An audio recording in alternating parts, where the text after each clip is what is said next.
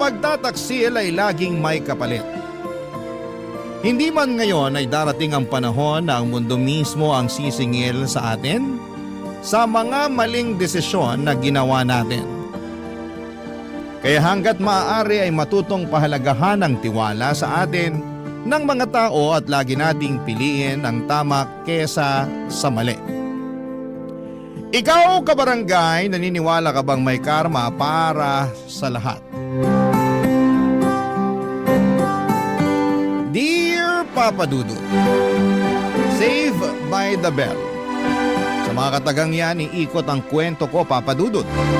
Dahil last minute ay nakaligtas ako mula sa isang buhay na sana'y habang buhay kong pagsisisihan.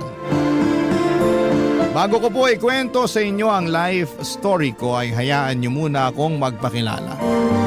Ako po si Misha, 31 years old na sa ngayon at isang sales manager. Bunso ako sa 4 na magkakapatid at lahat kami ay pawang profesional. 2 sa amin ay may sarili ng pamilya. At ako at ang pangatlo kong kapatid na isang lesbian na lamang ang tanging natitira na kasama ng mga magulang ko sa bahay. Sa edad ko noon na 28 ay ramdam ko na ang pressure mula sa mga magulang at mga taong nakapalibot sa akin. Lalo kapag pag-aasawa na ang pinag-uusapan. Ako na lang kasi ang inaantay ng mga magulang ko na magkaroon ng anak kahit na noong mga time na yon ay marami na silang apo. Palibasa ay puro babae kasi ang apo nila, kaya umaasa silang ako ang makapagbibigay sa kanila ng lalaking apo. Ang totoo niyan ay hindi na po bago sa akin ang dating scene. May mga lalaki na rin naman akong nakadate at naging boyfriend kaso ni isa sa kanila ay walang nagtagal na relasyon. Hindi ko po alam kung anong isyo, kung ako ba o kung hindi lang talaga kami itinadhana ng mga lalaking pumapasok sa buhay ko. Dumating ako noon sa point na ako na mismo yung nag-give up. Minsan ay nakakapagod din kasing buksan ang buhay mo sa isang tao. Pagkatiwalaan mo ng buo at ibigay sa kanya ang buong puso mo. Tapos sa huli ay masisira lang naman pala ito. Matagal na panahon na simula noong nagkaroon ako ng karelasyon. At yun ang laging pinapaalala sa akin ng kaibigan kong si Emmy, Papa Dudut.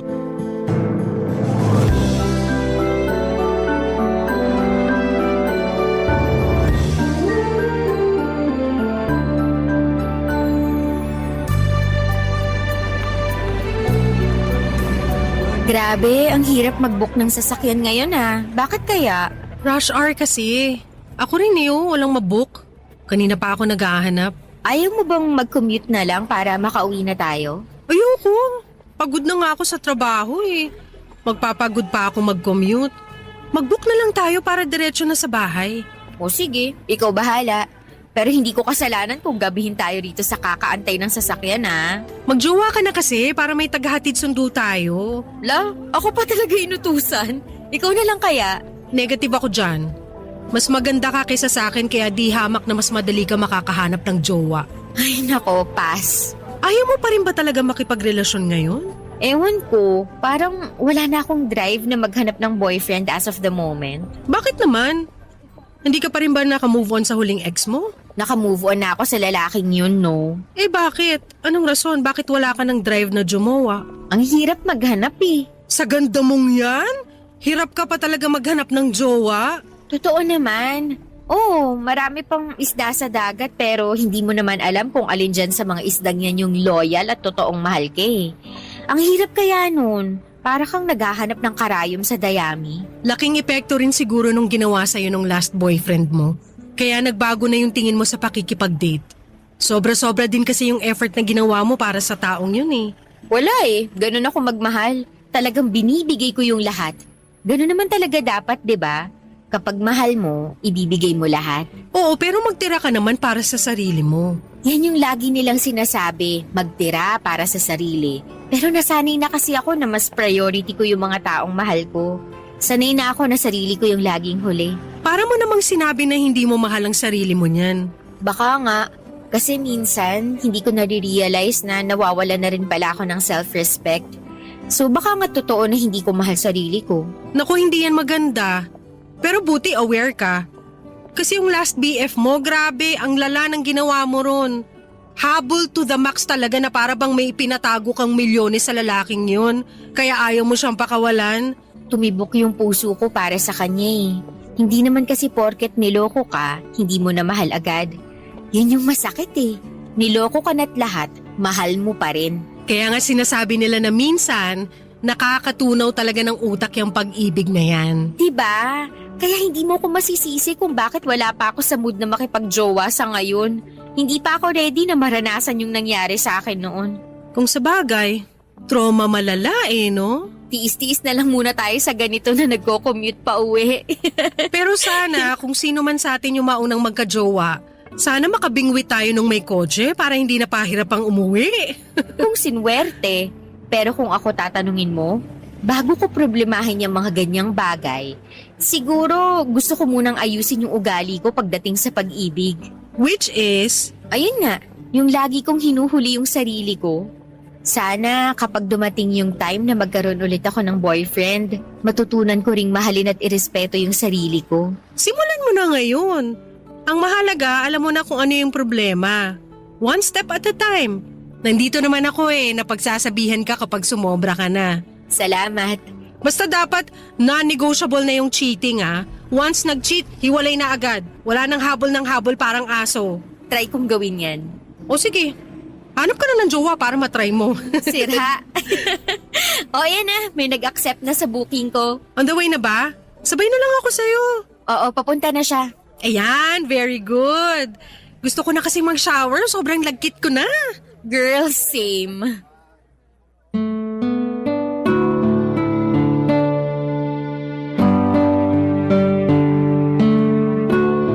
Hindi ko alam kung dahil ba na trauma na ako sa mga past relationship ko kaya medyo hirap na akong pumasok sa isang relasyon dahil masyado ng repetitive at paulit-ulit ang pakikipag-date at nakakasawa na itong gawin.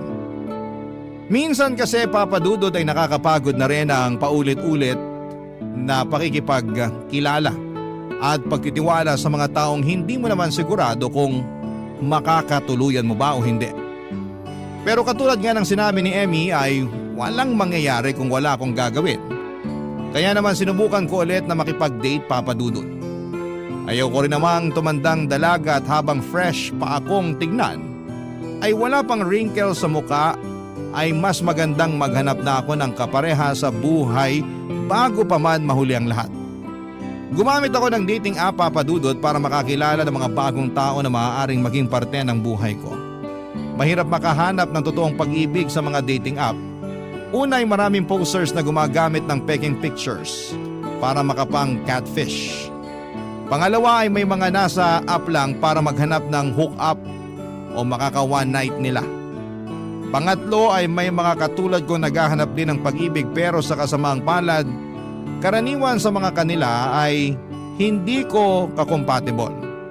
Kung kailan handa na akong i-install ang dating app na yon ay saka naman ako biglang may nakamatch. Na literal na nagmatch talaga kami ng personality. Saglit kaming nag-usap sa app na yon bago kami lumipat sa personal social media namin para mas kilalanin pa ang isa't isa. Itago na lang po natin siya sa pangalang Luigi. Hindi nagtagal ay sinubukan akong ligawan ni Luigi at halos 2 buwan din kaming nag-date papadudot. At nung nakumpirma ko ang sincerity nito sa panliligaw sa akin, ay sinagot ko siya. Dahil sa tingin ko na mga panahong yon ay ready na ang puso kong magmahal ulit papadudot.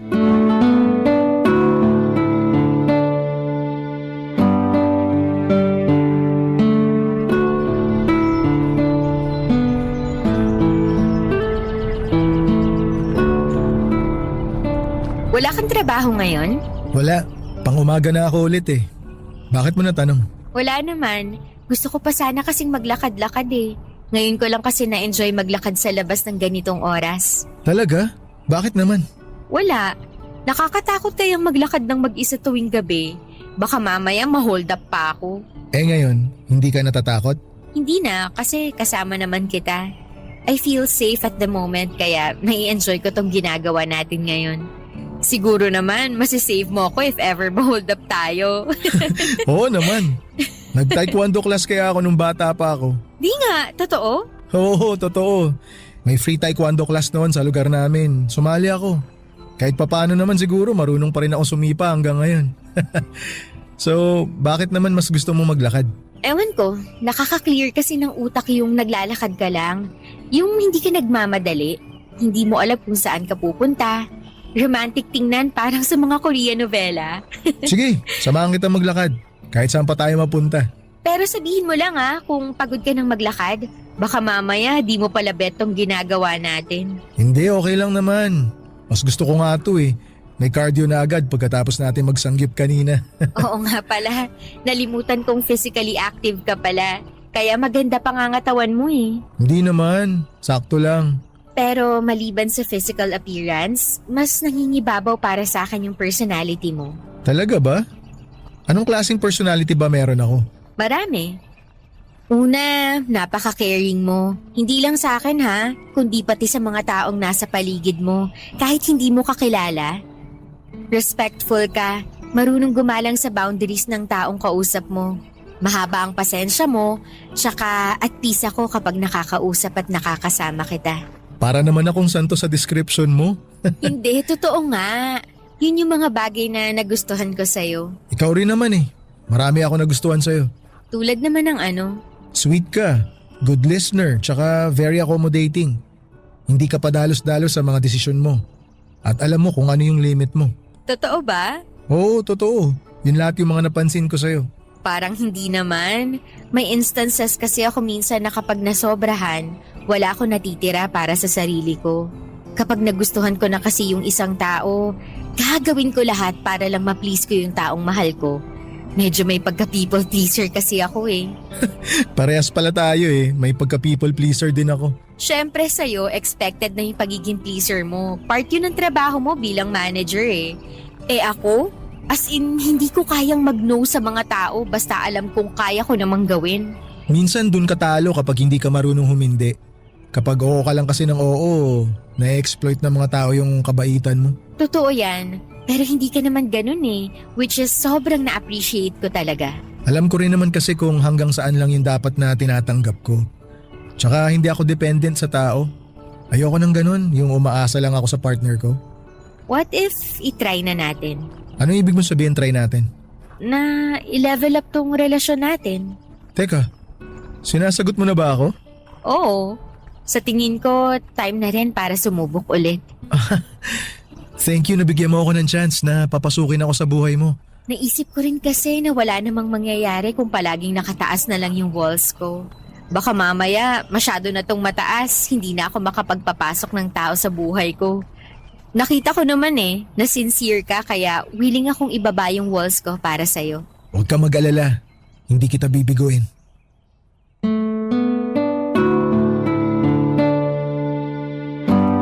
Papadudot manager sa isang fast food chain si Luigi Papadudot. Breadwinner siya ng kanilang pamilya kung saan ay may 6 siyang kapatid at bunsong pinag-aaral pa. Dahil mula sa hirap ay very down to earth itong si Luigi. Marunong siyang umintindi ng sitwasyon at madali lamang siyang makisimpatya sa mga tao. Maganda ang hubog ng katawan nito at hindi siya nag-gym pero meron siyang healthy lifestyle. Kaya naman maganda ang pangangatawan niya. Wala rin siyang bisyo at ang tanging pinagkakabalahan lang niya sa buhay ay ang pagsali sa mga fun run at kung minsan ay umakyat ng bundok. Naging low-key lang kami ni Luigi sa mga unang buwan ng relasyon namin. Gusto ko kasi na masolo ko muna siya bilang boyfriend ko bago siya ipakilala sa publiko. Walang kaalam-alam noon ang mga kamag-anak ko. Pati na rin ang best friend kong si Emmy na taken na pala ako noon.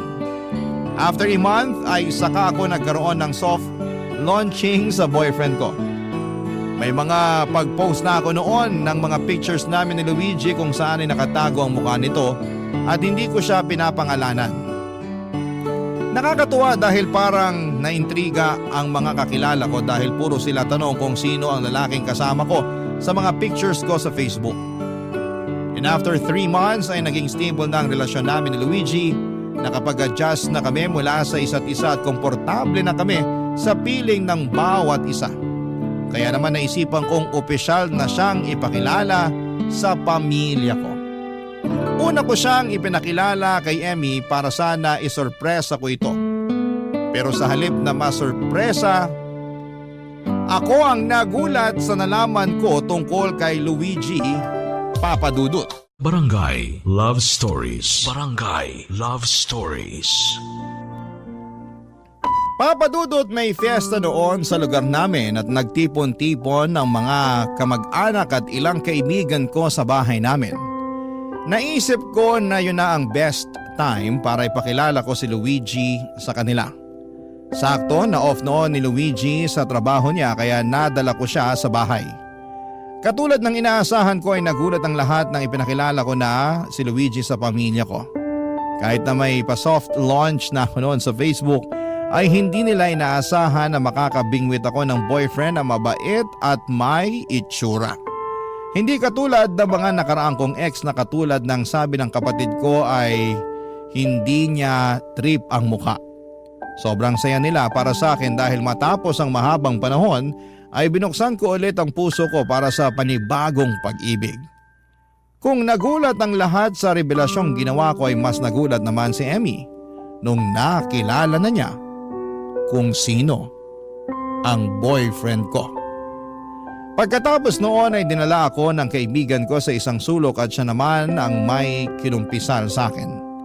Tinanong niya sa akin kung paano kami nagkakilala ni Luigi at nung nakwento ko ang history naming dalawa ay inamin ni Emmy na minsan na palang nanligaw sa kanya si Luigi. Sa parehong dating app din sila nagkakilala pero dahil hindi sila compatible ay ginost ni Emmy si Luigi. Ilang taon nang lumipas, muling kinontak ni Luigi si Emmy sa social media at sinubukan ulit na manligaw. Nag-date sila ng ilang linggo pero wala pa rin daw spark na nakita si Emmy sa pagitan nilang dalawa kaya naman tinurn down niyang binata. Nagulat ako, Papadudot, dahil hindi naman nakwento sa akin ni Emmy na nagkaroon pala siya ng date na katulad ni Luigi. Pero dahil short term lang naman yon ay hindi ko na yon ginawang big deal pa. Isa pa ay wala ng contact sina Luigi at Emmy matapos ng mga dates nila. Noon na lang sila nagkita ulit at nung busy akong kausap si Mama ay nagkaroon ng pagkakataon na mag-usap ang dalawa, Papadudot.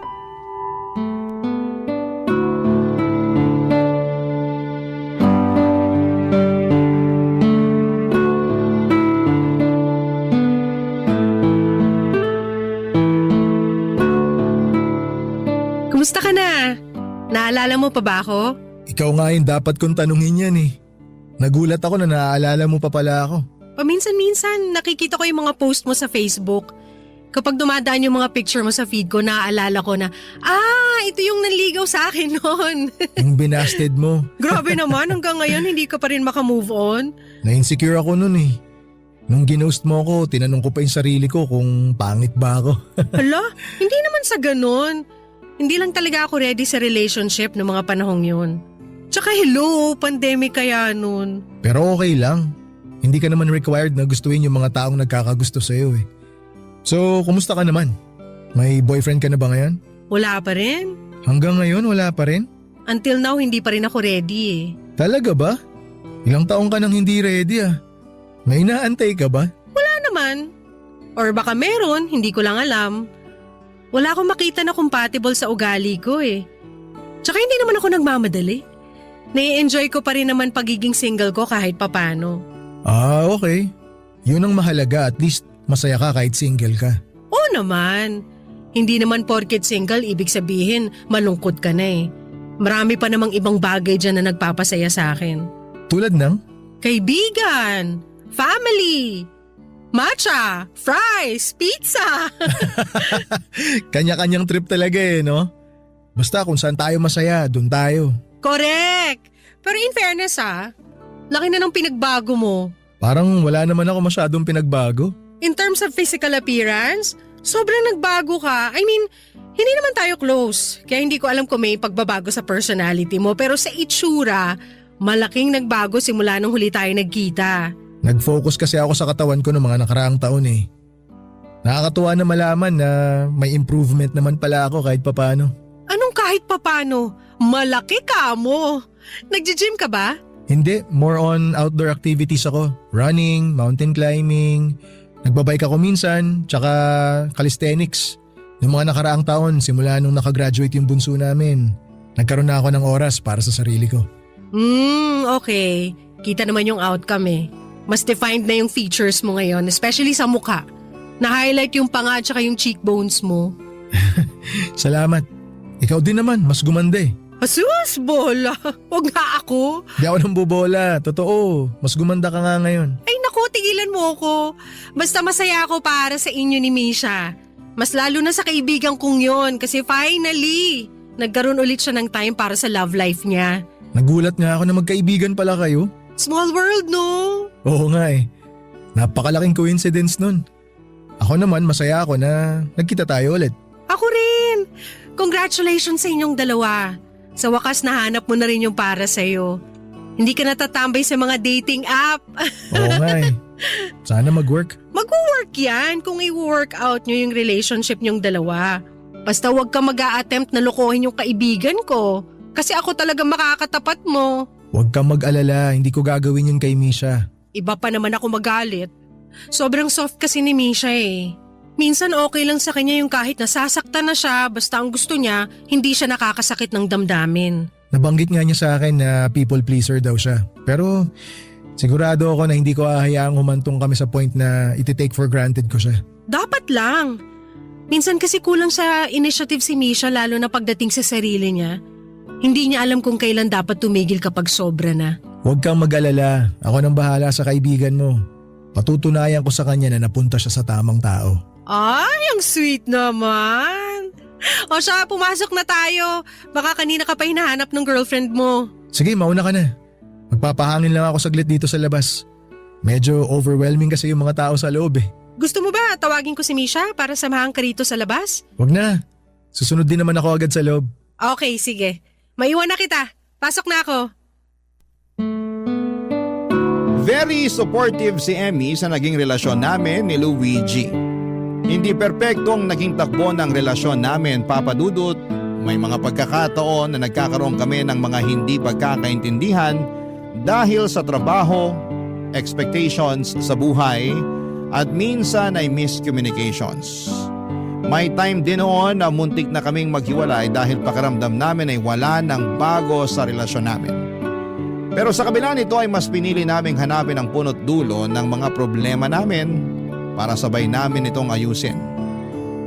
Ang mga bagay na yon ang mas nagpapatatag ng pagsasama namin ni Luigi, Papa Dudut.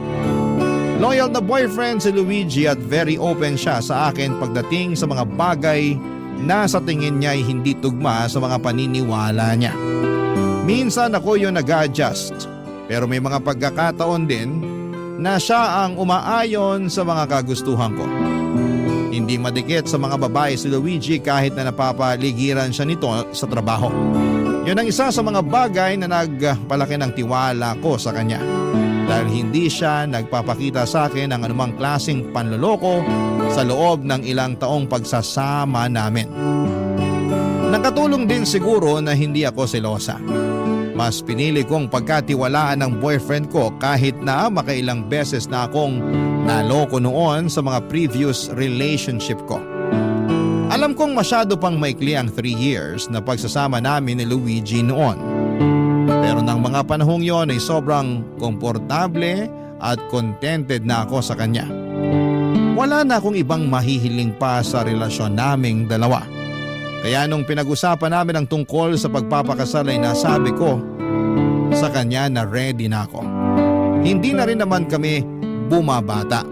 Kaya wala ring silbi kung patatagalin pa namin ito, lalo na kung sa simbahan din lang naman ang tuloy naming pareho. Bago pa man nag-propose sa akin si Luigi ay kumonsulta muna ako sa kaibigan kong si Emmy para malaman ang point of view niya sa relasyon naming dalawa ni Luigi, Papa Dudut.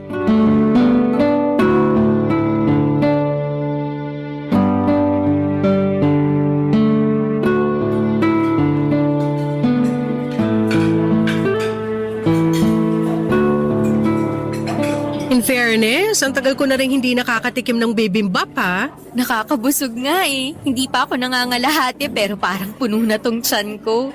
Pero nag-iba yung lasa ng bibimbap nila rito, no? Hindi na katulad ng dati. Nagtitipid na kasi. Pati nga serving, kumonti eh. Pansin ko rin. Pero kahit ganun, madami pa rin namang pumipila sa kainan na to. Koreanong hilaw kasi karamihan sa mga Pinoy. Kaya kahit mahal yung pagkain, gora pa rin sila.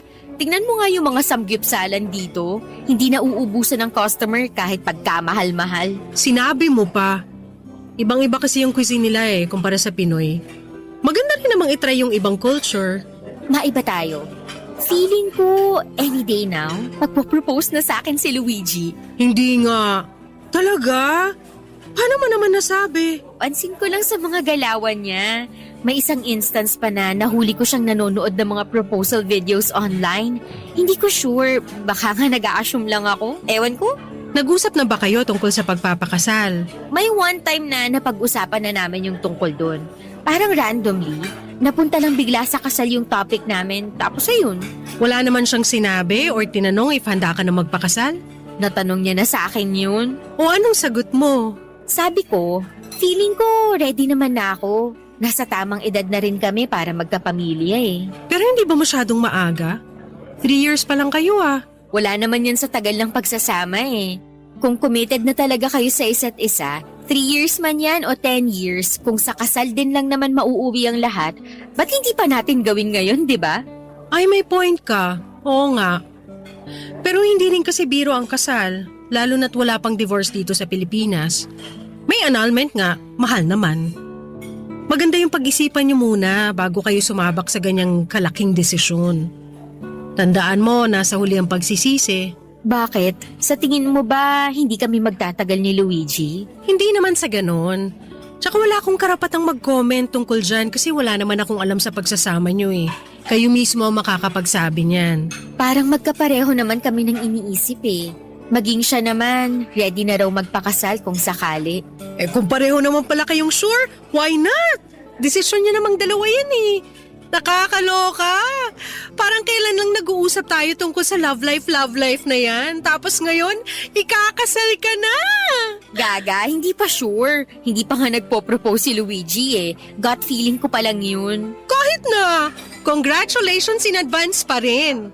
Basta, alam mo na wala ka ng ibang pipiliing maid of honor kundi ako lang Syempre naman. Alam mo nakakatuwa. Kasi despite sa naging history namin ni Luigi, hindi naging issue yun sa inyong dalawa. Hindi naman naging kayo eh. Tsaka hello, ikaw mismo nang busted sa tao, kaya alam kong hindi mo siya bet. Na siyang tunay naman. Tsaka wala na sa akin yung interest na Luigi. Nasa iyo na kaya wag mo nang problemahin yung nakaraan namin. Kung tutuusin, wala naman talaga kaming nakaraan. Ginost ko nga, 'di ba? Hindi ko naman pinoproblema yan actually. Natuwa nga ako na inamin nyo agad na may history pala kayo. Tsaka isa pa, nakita ko naman the previous years kung gano'n nyo nire-respeto yung boundary ng isa't isa, pati na rin yung sa akin. Nasa respeto lang talaga yan sa tao. Marunong akong dumistansya lalo na kapag feeling ko medyo uncomfortable na yung sitwasyon. Kinakabahan ako. Bakit naman?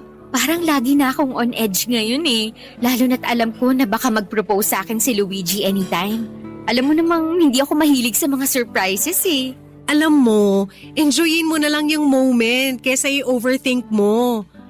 Kahit naman ano mangyari, alam naman natin kung anong kalalabasan ng proposal eh. Unless, nagdadalawang isip ka. Hindi naman ako nagdadalawang isip. Hindi ko lang alam kung anong magiging reaction ko once na nag-propose na nga si Luigi. Basta be natural. Huwag mo na yung isipin masyado. Baka mamaya maging scripted pa yung reaksyon mo. Masasayang lang effort ni Luigi. Ay nako, wag na nga nating pag-usapan yan. Nagkaka-anxiety ako eh. Imbis na ma-excite, mas lalo pa akong kinakabahan. Sige na nga, change topic na tayo. Hindi naman ako nagmamadaling magpakasal. Okay lang sa aking maghintay pa ng ilang taon pero ng mga panahong yon. Alam kong anumang araw ay magpo-propose na talaga sa akin si Luigi. Kapansin-pansin na kasi sa mga galawan nitong may tinatago siya. Kaya naman araw-araw ay nag-expect na rin ako noon na anumang oras ay bibigyan na ako ni Luigi ng singsing. Hindi rin naman nagtagal ang proposal na inaabangan ko. Isang araw pagka-uwi ko galing trabaho ay nadatnang ko si Luigi sa bahay kasama ang mga kapatid ko pati na rin ang ilang kaibigan namin katulad ni Emmy. May okasyon noon anniversary ng mga magulang ko pero hindi ko inaasahan na magkakaroon ng kaunting salo-salo sa bahay dahil never namang naghanda sila mama at papa kapag anniversary nila. Nagkaroon lang sila ng date sa labas. Dahil gusto nilang para sa kanilang dalawa lang ang moment na yon. Ganon nila sineselebrate yon. Pero nung time na yon ay pinaghandaan nila ang anniversary nila na siyang kinagulat ko. After ng celebration, isang scavenger hunt ang inanunsyo ni Luigi sa mga bisita. May tinago raw siyang ilang regalo sa bahay na kailangan naming hanapin. Wala pa mang go signal ay isa-isa nang naghanap ng regalo ang mga bisita sa bahay. That moment, inaasahan ko na yun na ang oras na magpo-propose sa akin si Luigi dahil ramdam ko na ang mga bagay na ito. Habang naghahanap, sa kusina ay itinuro ako ni Emmy sa ilalim ng lababo. May nakita raw siyang box doon na may nakalagay na pangalan ko. Excited akong binuksan ito. Nag-aakalang singsing na ang nasa loob. Pero pagbukas ko ay nadismaya ako nung isang pares ng hikaw ang nasa loob nito. Pagkalabas ko ng kusina ay nagulat ako noong nakita ko si Luigi sa gitna ng sala na nakaluhod ang isa niyang paa.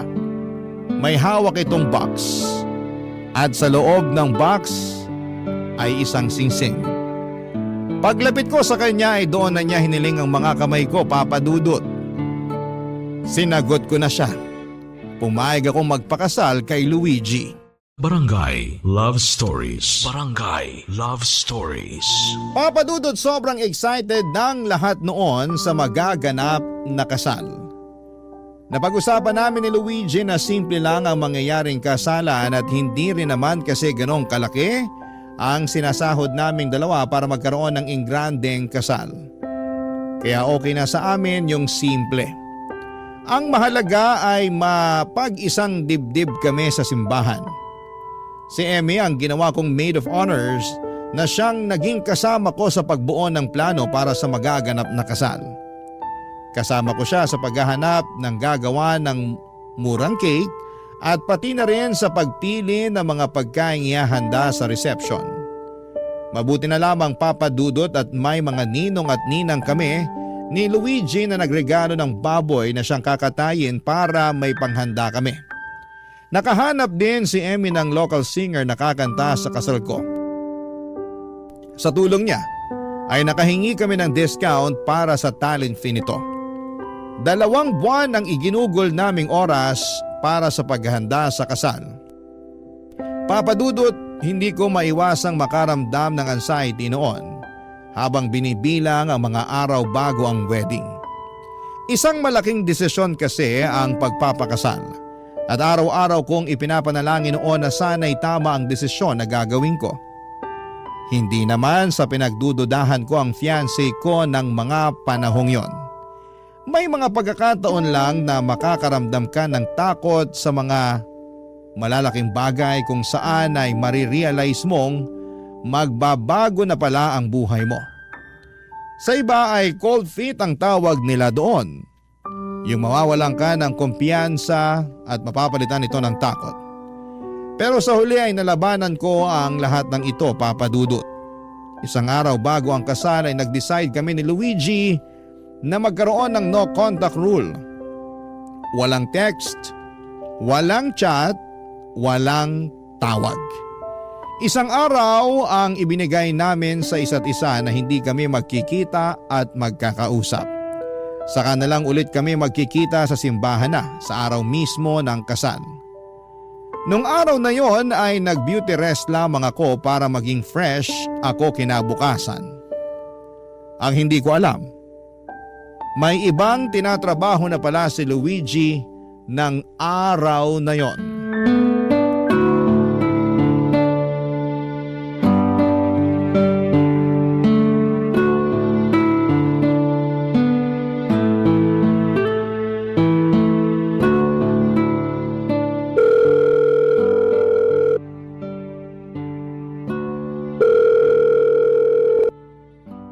Hello, Emmy. Napatawag ka. Oh, gising ka pa pala. Akala ko tulog ka na. Hindi ka kasi nag-reply sa message ko eh. Nanonood ako eh. Pasensya na. Ba't gising ka pa? Late na oh. Hindi ako makatulog. Bakit naman? Kinakabahan ka para bukas. Medyo, pero mas excited ako kaysa kabado. Anong meron? Ba't ka nga pala napatawag ng gantong oras? Hindi rin ako makatulog eh. Bakit? Kinakabahan ka rin? Hindi. May ibang tumatakbo sa isip ko ngayon. Ano naman yun? Luigi, sure ka na ba talaga bukas? Anong ibig mo sabihin? Ikakasal na kayo ni Misha. Alam mo naman ibig sabihin nun, di ba? Ay, oo, alam ko. Yun naman talaga yung usapan natin eh, di ba? Kapag ikakasal na kami ni Misha, titigil na tayo sa ginagawa natin. Hanggang dito na lang ba talaga tayo? Eh paliwanag ko naman ng maayos sa iyo yung sitwasyon natin, di ba? Kung ano man yung meron tayo, panandalian lang yun.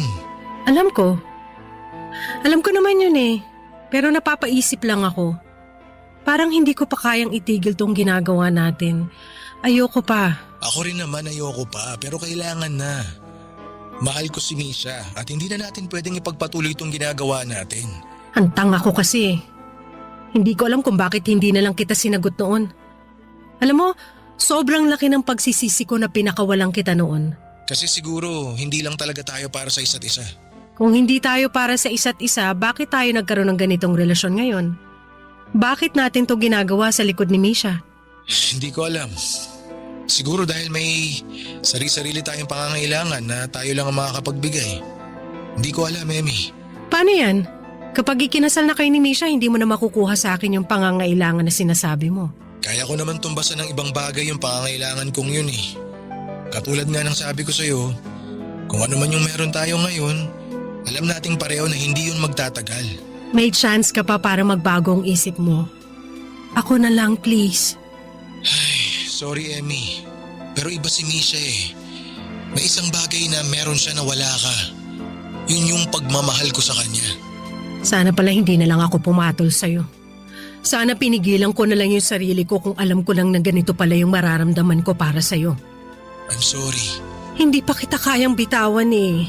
Hindi ko talaga kaya. Isipin mo na lang si Misha. Anong mararamdaman niya kapag nalaman niya tong ginagawa natin? Mas maganda na itigil na natin to bago pa niya malaman yung totoo. Nakakakonsensya na inaahas ko ang sarili kong kaibigan, pero ano magagawa ko kung nahulog na ako sa'yo? Sorry pero hindi talaga pwede. Paano ngayon kita aalisin sa isip ko? Ang hirap nun, Luigi. Na palagi kitang makikitang may kasamang iba. Best friend ko pa. Hindi rin naman kita makakalimutan eh. Lalo na maraming gabi rin yung pinagsaluhan natin. Teka, gusto mo ba puntaan kita ngayon? Ah? Ngayon? Pero anong oras na? Hindi rin naman ako makatulog eh. Magkita tayo. One last time kung gusto mo. Ano to? For closure, ganon? Pagbigyan lang natin yung mga sarili natin. Kahit sa huling pagkakataon. One last time? Oo. Ayaw mo ba? Sige, aantayin kita rito. Pero wag dito sa bahay. Hanap tayo ng ibang lugar. Sige, ako nang bahala dyan. Magpapalit lang ako ng damit. Yung motor na gagamitin ko para mas mabilis. Okay. Mag-ingat ka. Bigyan mo lang ako ng 30 minutes, nandyan na ako. Sige. See you. See you. Nang gabing yon, Papa Dudut, ay wala akong kamalay-malay na may milagro na palang nangyayari sa pagitan ng groom ko at ng sarili kong maid of honor. Ang lalaki mapapangasawa ko at ang best friend ko ay magkasamang nagsasaya bago ang mismong kasal namin. Habang mahimbing akong natutulog sa 10 oras ng gabi, isang tawag ang natanggap ko mula kay Luigi, pero sa halip na si Luigi ang nasa likod ng tawag ay boses ito ng babae. Nagpakilala siya bilang nurse sa isang ospital at ibinalita niya sa akin na nasangkot daw sa aksidente si Luigi. Biglang nagising ang buong diwa ko na mga oras na yon, Papa Dudut. Dali-dali akong nagpalit ng damit at kasama ang mga magulang at kapatid ko ay pinuntahan namin sa ospital kung saan itinakbo si Luigi. Pagkarating sa ospital ay kasalukuyang nasa OR si Luigi. Ang kwento ng pulis na nakausap namin ay naaksidente raw si Luigi sa motor. Sa sobrang lala ng aksidente ay nabali ang kaliwang paa nito dahilan kung bakit kasalukuyan siyang inooperahan. Sobrang nag-worry ako sa kalagayan ng mapapangasawa ko pero nalito ako sa mga sumunod na mga sinabi sa akin ng pulis. Malungkot kasi nitong ibinalita na ang angkas nito ay diniklarang dead on arrival. Bago pa man ako makapagtanong kung sino ang tinutukoy nitong angkas ni Luigi ay nabaling ang atensyon ko sa grupo ng mga taong nag-iiyakan. Lumubog ang puso ko noong nakilala ko kung sino ang mga ito, walang iba kundi ang pamilya ni Emmy, Papa Dudut. Noong oras na yon ay hindi ko na kailangang tanungin pa kung sino ang kasamang na aksidente ni Luigi. Bigla na lamang nag-flashback sa isipan ko ang confession sa akin noon ni Emmy na minsan na siyang niligawan ni Luigi. Lumubog po ang puso ko. Hindi dahil na aksidente ang taong mapapangasawa ko kundi dahil nalaman ko ang totoo na niloloko niya ako sa mismong araw bago ang kasal naming dalawa, Papa Dudut.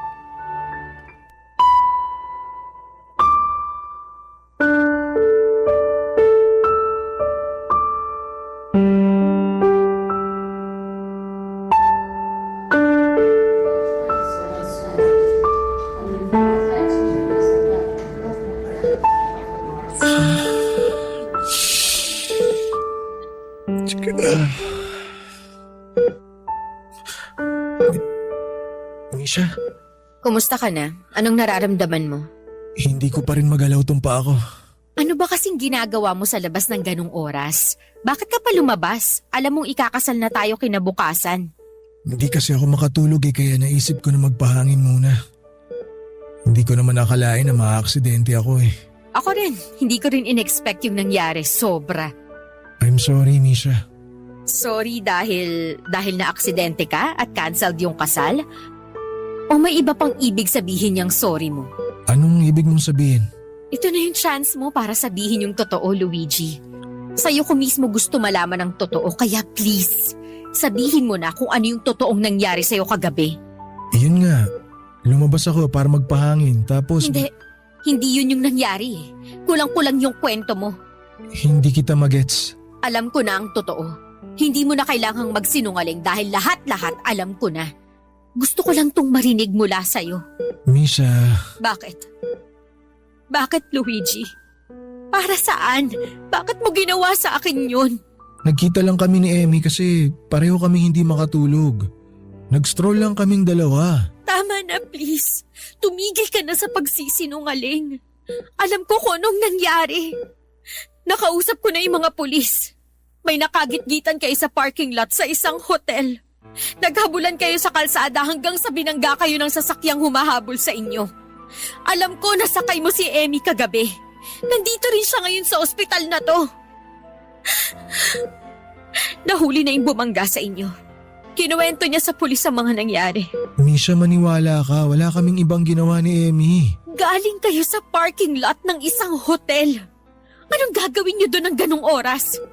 Umamin ka na, Luigi. Tatanggapin ko naman yung totoo eh. Masakit, pero kailangan kong tanggapin na may nangyari sa inyo ng best friend ko. Misha… Alam mo kung anong masakit? Niloko mo na nga ako bago yung kasal natin. Tapos sa best friend ko pa. Sa best friend ko pa. Sana patawarin mo ako. Isang beses lang naman nangyari yun eh. Maniwala ka sa akin. Kahit isang beses pa yan, hindi nun mapagtatakpan ng katotohanan na niloko niyo akong dalawa. Hindi na talaga mauulit yun, please. Patawarin mo ako, Misha. Kahit itanong mo pa kay Emmy, hindi na mauulit yung nangyari. Hindi na talaga mauulit yung bagay na yun kasi wala na si Emmy. Ha? Anong pinagsasabi mo? Paano wala na si Emmy? Patay na siya. Nagulungan siya ng sasakyang humabol sa inyo. Dead on arrival, sabi ng mga pulis. Patay na si Emmy? Alam mo, may isang bagay na laging sinasabi sa akin si Emmy nung nabubuhay pa siya. Mahalin ko raw sarili ko. Dapat matuto daw akong umalis sa isang sitwasyon kung sarili ko na yung nasasaktan. Susundin ko yung mga sinabi niyang yun. Aalis na ako sa relasyong to. Tapos na ako sa paghahabol.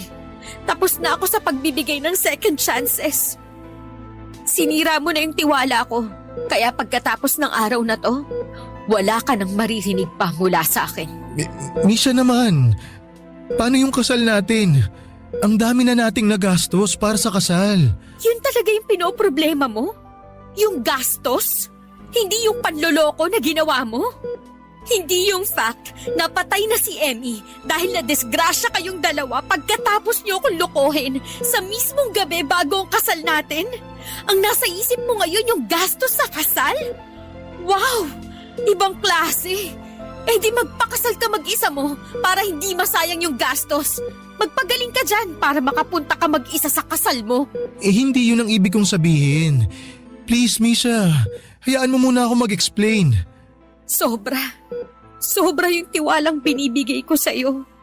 Akala ko iba ka. Akala ko ikaw na eh. Hindi mo lang ako sinaktan sa araw mismo ng kasal natin. Sinira mo pa yung pagkakaibigan namin ng best friend ko.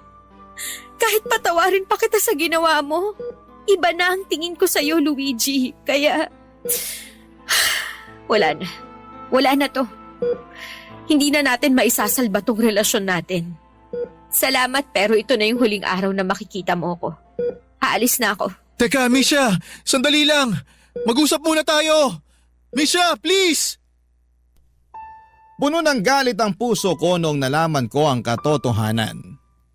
Hindi ko alam kung magagalit ba ako o kung ipagluluksa ko ba. Ang pagkamatay ni Emmy ang tanging tao na itinuturing ko bilang best friend. Sobrang gulong-gulo ng isipan ko noon sa puntong hindi ako lumabas ng bahay ng ilang araw. Nagmukmuk lamang ako habang unti-unting tinatanggap ang mga pangyayari. Hindi ko na muling binisita pa si Luigi sa ospital. Ang huling balita ko sa kanya ay naputulan na raw siya ng paa dahil nagkaroon ng komplikasyon ang nabali nitong paa matapos maimpeksyon. Sa kabilang banda ay hindi ko nagawang dumalaw sa burol ni Emmy dahil na rin sa tampo at galit. Alam kong hindi magandang magalit sa taong na mayapa na pero sobrang sariwa pa kasi ang sakit na nararamdaman ko noon. Ilang linggo ang pinalipas ko bago ako nagkaroon ng lakas na dalawin si Emmy sa sementeryo. Naisip ko na kahit papaano, kahit nagawa niya akong lukohin, ay marami pa rin siyang mga magagandang bagay na nagawa sa buhay ko. Doon din ay sinubukan ko siyang patawarin, papadudot. Sa hindi mabilang na pagkakataon ay muli na namang nawasak ang puso ko. Pero mas tatanggapin ko na lamang ito kesa natuloy ang kasal ko sa isang lalaking hindi ko alam na niloloko na pala ko. Kaya tunay na ang buhay ko ay save by the bell. Kung hindi nangyari ang aksidente ay hindi ako maliligtas sa isa sanang pamilya na nagsimula sa panluloko. Siguro'y yun na rin ang good karma na natanggap ko bilang isang mabuting tao. Samantalang bad karma naman ang nangyari sa aksidente sa dalawang taong taksil na mas pinili ang pansariling interest para lamang sa tawag ng laman. Sa ngayon ay nananatili pa rin po akong single, papadudot, At ang tanging nagpapakilig na lamang sa akin ay ang kwentong pag-ibig na inyong ibinabahagi sa inyong programa. Hindi ko naman tuluyang sinasarado ang pintuan ko para sa panibagong pag-ibig. Umaasa po ako na balang araw sana'y dumating na rin ang tamang taong nakatadhana para sa akin. Hanggang dito na lamang po ang sulat ko at maraming salamat sa pagbasa ng aking liham. Ang inyong forever kapuso at kabarangay, Misha.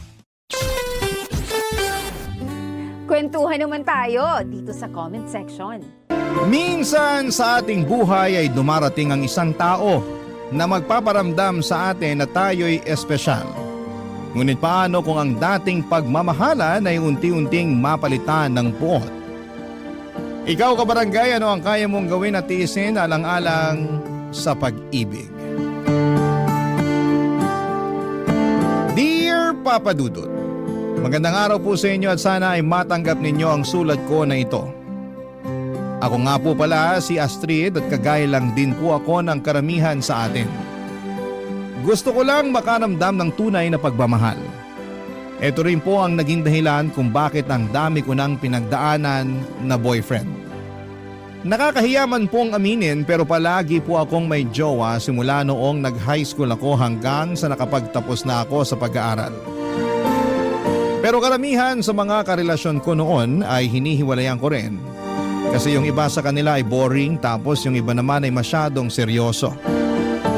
Isa po kasi akong happy-go-lucky girl, Papa Dudut. At ang gusto ko sa buhay ay yung boyfriend na magbibigay sa akin ng exciting na experience. Yung tipong hindi boring at hindi masyadong seryoso sa buhay. At mukhang sinagot ni Lord ang prayers ko kasi dumating ang araw na nakilala ko si Dale. Gwapo si Dale at siya mismo ang tipo ng lalaki na gusto kong makasama sa panghabang buhay. Palagi po ako nag-i-enjoy tuwing kasama ko siya at nasa kanya na talaga ang katangian ng isang lalaki na gusto ko. At nasa isip ko noong mga panahong yon ay sobrang swerte ko naman na naging boyfriend ko si Dale. Pero hindi rin nagtagal yung mga maliligaya na moments namin ni Dale kasi habang tumatagal yung relasyon namin ay unti-unti ko ring nararamdaman na playboy siya. Yung charm na ginagamit niya para mapaibig ako sa kanya ay yun din mismo ang ginagamit niya para mapaibig niya ang ibang mga babae. Ilang taong ko pong pinagtiisan ang pagkababaero ni Dale. May mga kaibigan ako na nagsasabi na nakikita daw nila si Dale sa pampublikong lugar na may kasamang ibang babae. Nung una'y patay mali siya lamang ako sa mga sumbong sa akin ng mga kaibigan ko.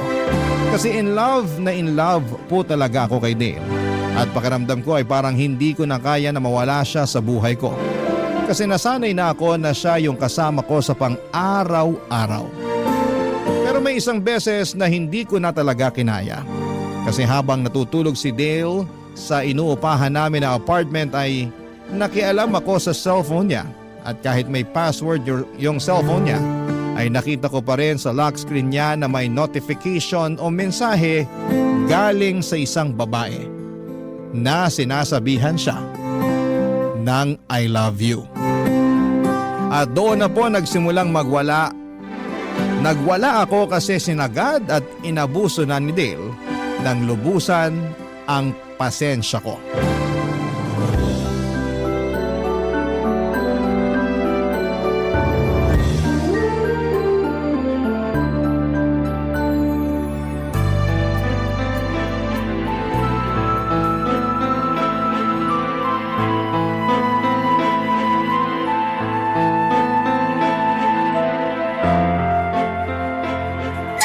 Walang iya ka! Manloloko ka! Hindi ka na nagbago! Pwisit! Hoy! Anong problema mo, ha? Teka lang. Cellphone ko to, ha? Ba't mo sinira yung cellphone ko? Ang kapal ng mukha mo! Ah! Aray! Ano ba nangyayari sa'yo? Hindi ka na nagbago! Niloloko mo pa rin ako hanggang ngayon! Kung alam ko lang na lolokohin mo ako ng ganito, dapat simulat sa pool pa lang hindi na ako pumayag na makipag-live-in sa'yo sa mala impyernong apartment na to! Ano bang pinagsasasabi mo dyan? Hindi kita naiintindihan! Sino yung nag-message sa'yo ng I love you, ha? Aminin mo nga sa akin, Dale! Ilang ba kaming mga babae sa buhay mo? Baby! Sinabi ko naman sa'yo na ikaw lang ang babae sa buhay ko, di ba? Sinungaling ka! Wala ka lang ibang ginawa kundi ang pagmukain akong tanga. Umigil ka na, naririndi na ako sa'yo. Wala akong ginawang masama sa'yo para lukuhin mo ako ng ganito. Hindi ka ba talaga titigil? Anong balak mo, ha? Sirain ang lahat ng gamit dito sa apartment? O pues, tutulungan kita. Oh, eto ba? Wisit ng buhay to. Baby, I'm sorry na. Hindi ko talaga sinasadya. Ikaw naman kasi, binigla mo ako. Pag-usapan na natin to ng maayos. Please lang. Ilang beses nang napatunayan ng mga kaibigan kong nambababae ka. Pero hindi ko sila pinaniwalaan nun kasi mahal na mahal kita. Alam mo namang naiinggit lang yung mga kaibigan mo sa atin. Kaya nila ako sinisiraan sa'yo, di ba? So paano mo ipapaliwanag yung babae nag-message sa'yo, ha? Wala akong alam sa message na yun. At isa pa, hindi ko naman siguro kasalanan kung lapitin ako ng mga babae, di ba? Galit na galit ako sa'yo. Pero, alam mo kung kanino ako mas nagagalit? Mas nagagalit ako sa sarili ko kasi hindi kita magawang hiwalayan. Nang dahil na rin sa lecheng pagmamahal ko sa'yo. Nagsisisi ka ba na minahal mo ako? Hindi sa ganun yun. Pero please naman, huwag mo na akong bigyan ng dahilan para pagdudahan ka. Pagod na ako eh. Ako din naman ah. Pagod na ako sa pagdududa mo sa akin. Walang pupuntahan tong relasyon natin kung hindi mo ako pagkakatiwalaan. Mas mabuti pa nga siguro kung Kung ano, sige ituloy mo. maghiwalay na lang tayo. Ayoko na, Astrid. Sawang-sawa na ako sa mga inaala mo sa akin. Kung ganito lang din naman, mas mabuti na siguro kung palayain na lang kita. Seryoso ka? Oo, seryoso ako. Nasasaktan lang ako tuwing nagwawala ka ng dahil lang dyan sa mga inaala mo na walang basehan. Nag-message sa'yo yung babae, sinabihan ka ng I love you. So ano gusto mo isipin ko ha? Nakaibigan mo lang yung babaeng yon? Nakita mo ba na nireplyan ko yung babae? Hindi! Kasi nakalock yung cellphone mo. At isa pa, hindi ko na rin malalaman kasi nasira ko na yata yung cellphone mo. Yan ang problema sa'yo eh. Walang saysay at basehan yung nararamdaman mo. Tapos, naninira ka pa ng gamit ng may gamit. Saka ka na magwala kapag nakita mo na ako na nakapatong sa babae. Dale, baby, I'm sorry na. Huwag ka na magtampo sa akin. Ayusin na lang natin to. Hindi mo kasi ako naiintindihan eh. Natatakot na ako tuwing nagwawala ka. Sorry na talaga. Masahabaan ko na yung pasensya ko, promise. Promise mo yan ha? Oo. I'm sorry, baby. Patawarin mo na ako, ha? Oo na. Pinapatawad na kita. At yun na nga po, Papa Dudut, na baligtad ang pangyayari. Bulag na bulag po talaga ako sa pagmamahal ko kay Dale ng mga panahong yon. Biruin mo ha, ako pa yung humingi ng sorry sa kanya kahit siya naman talagang may kasalanan sa akin. Ganon siya makapanimulative noong kami pa, Papa Dudut. At paulit-ulit na lamang po yung nangyayari sa tuwing nag-aaway kami. Sigawan, siraan ng gamit tapos bati ulit na parang walang nangyari. Sobrang toxic na ng relasyon namin pero pinili ko pa ring tiisin kasi pakiramdam ko noon ay hindi ko talaga kakayanin na mawala si Dale sa buhay ko. At hindi ko na namamalaya na unti-unti ko na palang pinapalagpas lahat ng kababuyan at kawalang hiyaan niya sa akin. Hindi ko akalain na ganito pala ang pag-ibig, nakakabobo ito. Kaya mong isantabi ang pride mo, ang dignidad mo, lahat-lahat na. Para lamang makaramdam ka lang ng kahit kaunting kaligayahan. Para mas malinaw po sa mga kabarangay ninyo kung gaano kagulo ang relasyon namin ni Dale, ihahalin tulad ko po ito sa isang babuyan. Sa simula ay sobrang baho at ang sakit sa ilong. Pero habang tumatagal ay masasanay ka rin at hindi mo na gaanong napapansin yung baho ng babuyan. Ganon na ganon kami ni Dale. Parang nasanay na lamang po ako sa baho ng relasyon namin. May mga pagkakataon na nagigising ako sa katotohanang babaero talaga si Dale, pero sa huli ay ako pa rin yung nagpakumbaba. nagpakababa. Lahat ay ginawa ko para lamang maisalba yung relasyon namin na nuknukan na ng katoksikan. Naging normal na lamang sa amin ang sigawan at away bati. Dumating pa sa point na pakiramdam ko ay may kulang sa relasyon namin kapag hindi kami nag-aaway ng isang beses sa isang linggo. Pero lumipas ang ilang linggo, Papa Dudut, at kahit papaano ay natauhan na rin po ako. Isang araw palihim kong sinundan si Dale noong nagpaalam siya sa akin na lalabas daw siya. At noong nakabuntot ako sa kanya, doon ko mismo nakita na may kasama siyang ibang babae. Doon na rin po ako nagising at napaisip na baka panahon na talaga para palayain ko na ang sarili ko mula sa ganitong klase ng pakikipagrelasyon, Papa Dudut.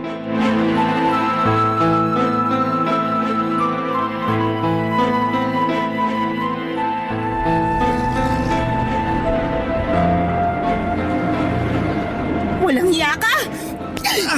Ngayon mo sabihin sa akin na hindi mo ako niloloko. Sige na, umalis ka na. Hoy, babaeng balante, bumalik ka rito! Astrid, baby! Hayaan mo na siya!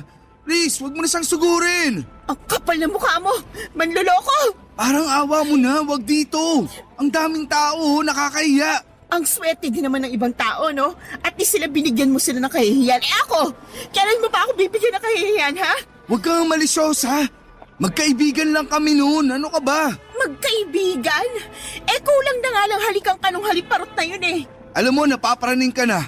Sa tingin ko, panahon na para magpakonsulta ka sa psychiatrist. Sinasabi mo bang baliw ako? Bakit, hindi ba? Gusto mo ng baliw? Pues ibibigay ko sa'yo. Nakikita mo tong bato na to? Tingnan mo nang maigi tong gagawin ko. Uy, anong gagawin mo? Lumayo ka sa motor ko! Etong nababagi sa motor mo. Nasisiraan ka na ba ng bait?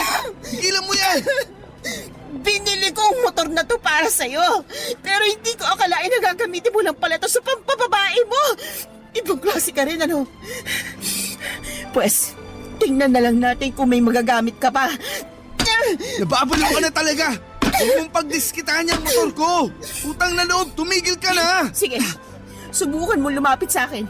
At sa'yo ko na talaga ihahampas to. Sira ulo kang babae ka! Tinan mo tong ginawa mo! Wasak na yung motor ko! Pasalamat ka at hindi ang mukha mong winasak ko. Kung tutuusin, kasalanan mo kung bakit tayo umabot sa ganito eh. Paano ko naging kasalanan, ha? Eh, ikaw tong palaging nagwawala tuwing may problema tayo. Ano bang punot dulo ng mga problema natin, ha? Hindi ba't yung pambababae mo? Mali! Nagkakaproblema tayo kasi masyado kang selosa. So, ano gusto mong gawin ko? Palakpakan ka habang nilalandi ka ng kabit mo. Sa'yo na rin mismo nang galing. Ako ang nilalandi nila. Hindi ko na kasalanan kung lapitin ako ng mga chicks. Ang sabihin mo, nilalapitan ka ng mga babae kasi nagpapalandi kang hayop ka. Masyado kang overprotective.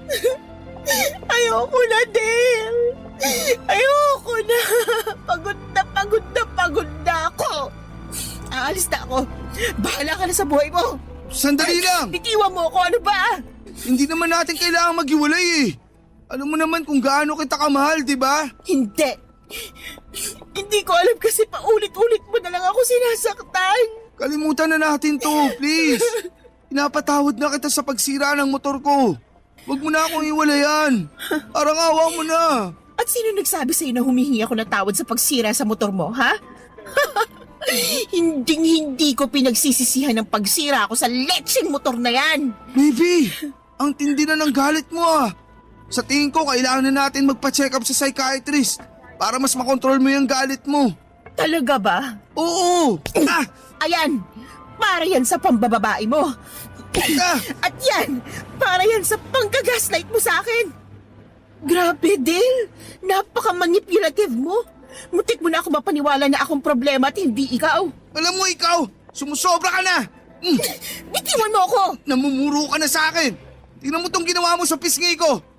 Namumulat ang hapdi na sa kakasampal mo! Kulang na kulang pa yan sa lahat ng atraso mo sa akin. Bitiwan mo ako kung di tatawag ako ng pulis. Astrid! Ayusin na natin to, please! Hindi na natin maaayos ang matagal ng sira. Simula sa araw na to, ayaw ko na makita yung pagmumukha mo. Tapos na ako sa'yo! Hindi naging madali para sa akin na palayain si Dale pero kinailangan ko talagang gawin yon. Kasi paulit-ulit na lamang niya akong niloloko. At noong mismong araw na yon ay bumalik ako sa apartment na tinitirhan namin ni Dale at dali-dali kong kinuha ang mga gamit ko at nakituloy na ako sa boarding house ng pinsan ko. Sa araw din na yon ay nagpasalamat ako sa Diyos kasi kahit masakit ay binuksan niya ang mga mata ko sa katotohanang hindi na magbabago si Dale. Parang nasa dugo na talaga niya ang pagiging chick boy. Pero kahit tinapos ko na ang sobrang toxic namin na relasyon ay hindi ko pa rin naiwasang malungkot. Hindi kasi ako sanay na wala si Dale. Pakiramdam ko na mga panahon na yon ay mag-isa na lamang talaga ako sa mundo. Ang totoo niyan, Papa Dudut, ay tawag pa rin siya ng tawag sa cellphone ko. Pero hindi ko na sinasagot ang mga tawag niya kasi kahit miss na miss ko na siya, mas nangingibabaw pa rin yung sakit na iniwan niya. Iba po talaga yung pakiramdam kapag mismo mga mata mo ang nakakita ng kataksilan ng partner mo. At tuwing naaalala ko yung time na nakita ko sila ng babae niya, mas lalo lang akong nagagalit kay Dale. Aaminin ko na mahal ko pa rin si Dale pero sa huli ay nanaig ang respeto ko sa sarili ko. Yun ang naging dahilan kung bakit hindi ko na siya muling binalikan. Tapos na ako sa pagiging tanga at tapos na rin akong magpaloko. At alam ko sa sarili ko na hindi ko kailanman deserve na masaktan ng taong minahal ko ng buong buo. Ang maipapayo ko lang talaga sa mga nakakarinig o nakababasa ng kwento ko kung sinasaktan na kayo ng partner ninyo ay huwag nyo nang hintayin pang lumala. Hiwalayan nyo na. Marami kasing klase ng pananakit hindi lang sa pisikal kundi pati na rin sa emosyonal. At minsan mas masakit pa nga yung sugat na hindi nakikita ng mga mata natin. Kung paulit-ulit na lamang kayong inaabuso ay huwag nyo nang patagalin pa at tapusin nyo na kaagad. Parang MRT lang yan. Kung mananatili ka sa MRT kahit alam mong lagpas ka na, mas lalo ka lang mapapalayo sa tamang destinasyon. At mas mahal na rin ang babayaran mo na tiket pabalik sa tamang destinasyon. At isa pa, Papa Dudut, ay hindi na uso ang martir ngayon. Hindi porket martir ka mas happy ending na sa huli. Sa mga teleserye siguro ay oo. Pero sa totoong buhay ay mas lalo ka lamang malulugmok at masisiraan ng bait kung patuloy ka na magpapakamartir sa tao na walang ibang ginawa kundi ang pagsamantalahan at abusuhin ka, Papa Dudut. Barangay Love Stories. Barangay Love Stories. Lumipas ang mga linggo at unti-unti na ring akong nakabangon mula sa sakit na iniwan ni Dale. Unti-unti ko na siyang nakakalimutan, Papa Dudut. At sa halip na mag-depress-depressan ay pinili kong ituon na lamang ang buong atensyon ko sa trabaho. Sabi ko sa sarili ko ay baka trabaho muna ang kailangan kong pagtuunan ng pansin para makalimot at tuluyan na akong makamove on. Maswerte rin talaga ako, Papa Dudut, kasi lahat ng katrabaho ko sa bar, mababait at supportive sila. Sila yung mga naging sandalan ko noong panahong depress ako sa hiwalayan namin ni Dale. Hindi nila ako hinusgahan, ang ginawa lang nila ay pinaramdam nila sa akin na hindi ako nag-iisa. Ang gaan lang sa kalooban kasi bihira na lang talaga na makahanap ng mga katrabaho na pinapahalagahan ka noong walang halong kaplastikan. Dahil sa mga nangyari ay napaisip ako na baka panahon na para tigilan ko na muna ang kakahanap ng boyfriend. Gaya nga ng sabi ko ay nakapag-decide na lamang ako ng time na yon na ilalaan ko na lamang ang lahat ng atensyon ko at effort ko sa trabaho ko sa bar.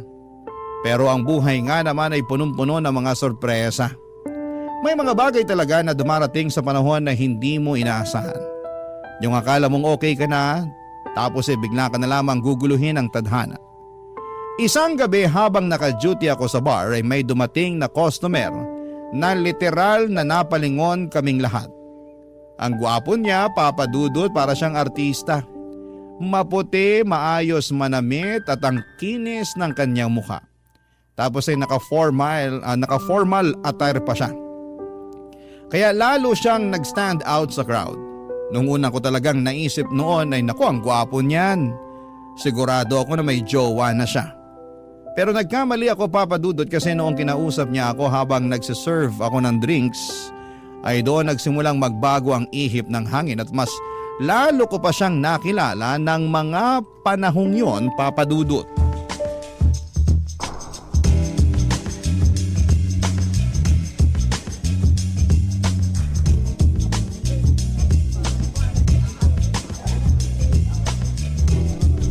Sir, excuse me lang po. Eto na po pala yung in-order niyong drinks. Baka gusto niyo pa pong umorder? Okay na to. Salamat ha. Sige po, thank you din. Miss, teka lang. May kailangan pa po ba kayo? Wala naman. Bakit ganyan po kayo makatitig sa akin? I'm sorry. Nagagandahan lang kasi ako sa'yo eh. Si Sir talaga oh.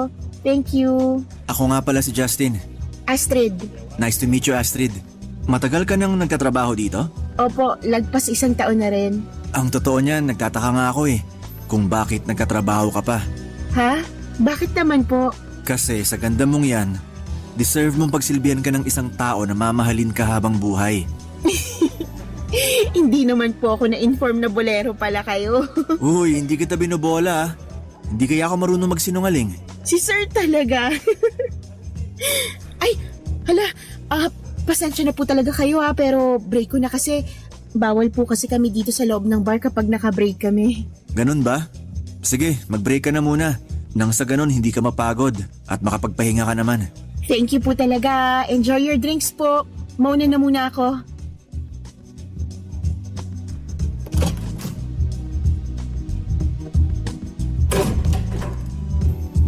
Ay, salamat naman at nakapag-break na rin ako sa wakas.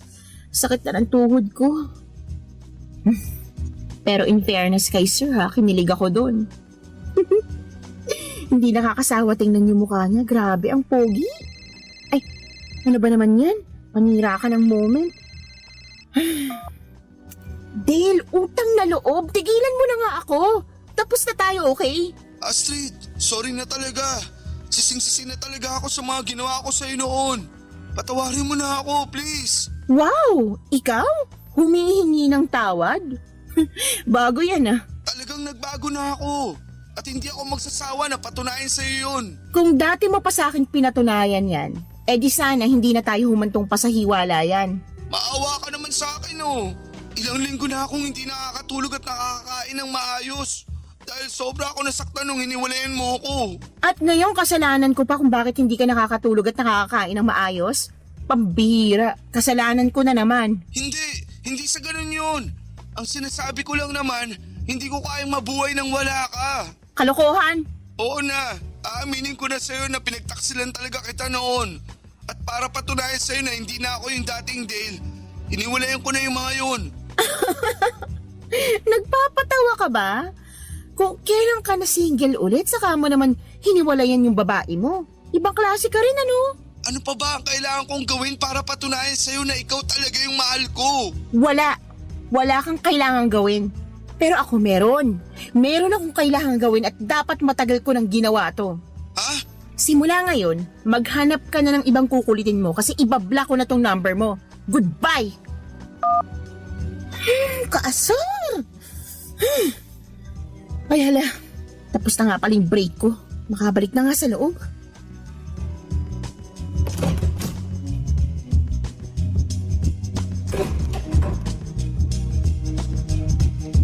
Astrid, Oh, sir, may kailangan po ba kayo? kailangan ko ng tulong mo. Ha? May problema po ba? Meron. Nawala ko kasi yung number ko eh. Pwede ko ba muna hingin yung number mo? Si sir talaga, patawa. Sige na naman. Pagbigyan mo na ako. Sige na nga. Eto yung cellphone ko. Pakilagay na lang yung number mo dyan. Oh, ayan.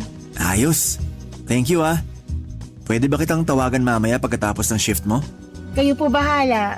Basta antayin mo na lang mamaya yung tawag ko ah. Sige po. Ay, sir, maiman ko na muna kayo ha. Magbabayad na yata yung customer sa table number 4. Aaminin ko po na sobra talaga akong kinilig ng gabing yon. Parang kinain ko rin lahat ng mga sinabi ko na magfo-focus muna ako sa trabaho at mananatiling single. Kasi to be honest, Papa Dudut, ay hindi talaga ako nakapag-focus sa trabaho habang kinakausap ko si Justin. Grabe, para akong bulate na binubudbura ng asin dahil kilig na kilig ako ng time na yon. At aaminin ko rin ang dahil kay Justin ay mas lumakas lalo ang loob ko na kalimutan na talaga si Dale. Kasi sobrang ready na ako na makapag-move on na kasama si Justin. Pinagdarasal ko talaga noong time na yon na sana ipanindigan ni Justin yung kilig ko. At pagkatapos ng shift ko ay tinawagan na nga ako ni Justin. Tulad ng pinangako niya at doon kami nagkaroon ng pagkakataon na mas makilala pa ang isa't isa. Habang nagkwekwentuhan kami sa phone ay napag-alaman ko na graduate pa na siya ng architecture sa isa sa mga kilalang university dito sa Pilipinas. At bukod sa studies niya, ang dami niya pang kinuwento sa akin. Yung childhood niya, trabaho niya at ang mga pangarap niya sa buhay. Long story short, Papa Dudut, lumipas ang ilang buwan at naging kami rin ni Justin. At dumating na sa punto na halos linggo-linggo ay bumibisita na ako sa condo niya sa Makati. Sa totoo lang ay niyaya na rin niya ako na makipag-live-in. Pero ako itong tumanggi kasi mas malapit yung bahay ng pinsan ko sa pinagtatrabahuhan kong bar. Kaya ang nangyari, pumupunta na lamang sa condo ni Justin sa Makati tuwing day off ko. At doon na rin kami madalas na magsiping sa mismong condo na yon. Akala ko noon ay tuloy-tuloy na yung saya. Akala ko sa wakas ay eto na yung time na makakabura sa lahat ng sakit na naranasan ko. Pero ilang linggo lang ang lumipas ay may nalaman na naman akong muling gumulo sa puso at isipan ko. Hindi ko inakala na sa mga sandaling yon ay muli na naman akong masasaktan, Papa Dudut.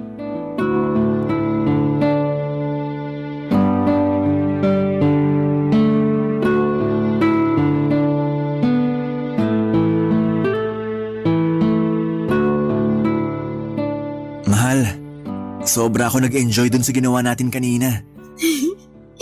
Ako din, mahal. So ano, next week ulit? Next week? Ang tagal. Bukas na lang kaya. Ikaw bahala. Maliligo muna ako. Dito ka muna sa kama ha. Magpahinga ka lang dyan. Sige, I love you. I love you too.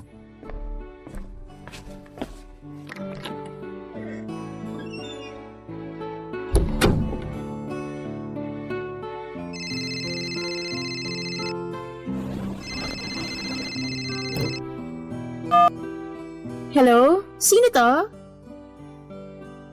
Delivery rider? Parcel para kay Justin? Sige po, bababa na po ako dyan sa lobby. Antayin niyo na lang po ako. Ano ka ba naman, Justin? Ang mahal nung in-order mo, ha? Kunin ko na nga lang yung wallet mo. I'm sure may naitabi ka ng pambayad dun para sa parcel mo. Nasaan na ba yung wallet mo? Eto. Ay, nalaglag. Teka, ano to? Justin! Justin! Lumabas ka dyan! Labas!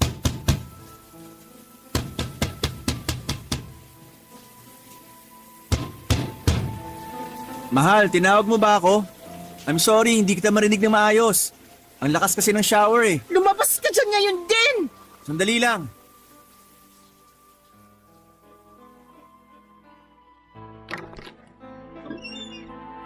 Oh, ano nangyari sa'yo? Ba't mukhang gigil na gigil ka dyan? Ano to, ha? Ba't may ganito kang picture sa wallet mo? Sino yung babaeng yan? At yung bata na kasama mo sa picture na yan? Sandali lang. Ba't mo pinakikialaman ng wallet ko, ha? Kukuha lang sana ako ng pambayad para dun sa parcel na in-order mo. Pero mali pa rin yung ginawa mo. Dapat hindi ka pa rin nangunguha ng gamit ng may gamit. Huwag mong ibahin ang usapan. Magpaliwanag ka, sino yung babae at bata na kasama mo sa picture na yan? Mahal! Hayop ka! Ginawa mo akong kabit! Hindi sa ganun yun. Wala na kayong ibang ginawa kundi ang saktan ako! Astrid, please! Magpapaliwanag ako!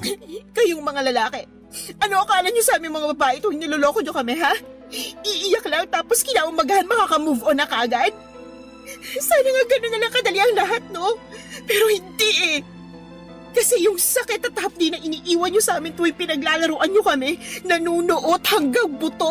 Mahal! Pinaniwala mo ako na ikaw na yung lalaki mamahalin ako ng totoo at tapat, pero nagkamali ako kasi pare-pareho lang kayong lahat. Tigilan mo yung pagbabasag ng mga gamit dito sa kondo ko! Kulang na kulang pa to sa sakit na pinaparamdam mo sa akin ngayon. Sige na! Aaminin ko na may asawa at anak na ako. Pero matagal na kami nagkakalabuan ng asawa ko. At pinakikisamahan ko na lang siya dahil sa anak namin. Pinakikisamahan? So ibig sabihin nagsasama kayo sa iisang bubong?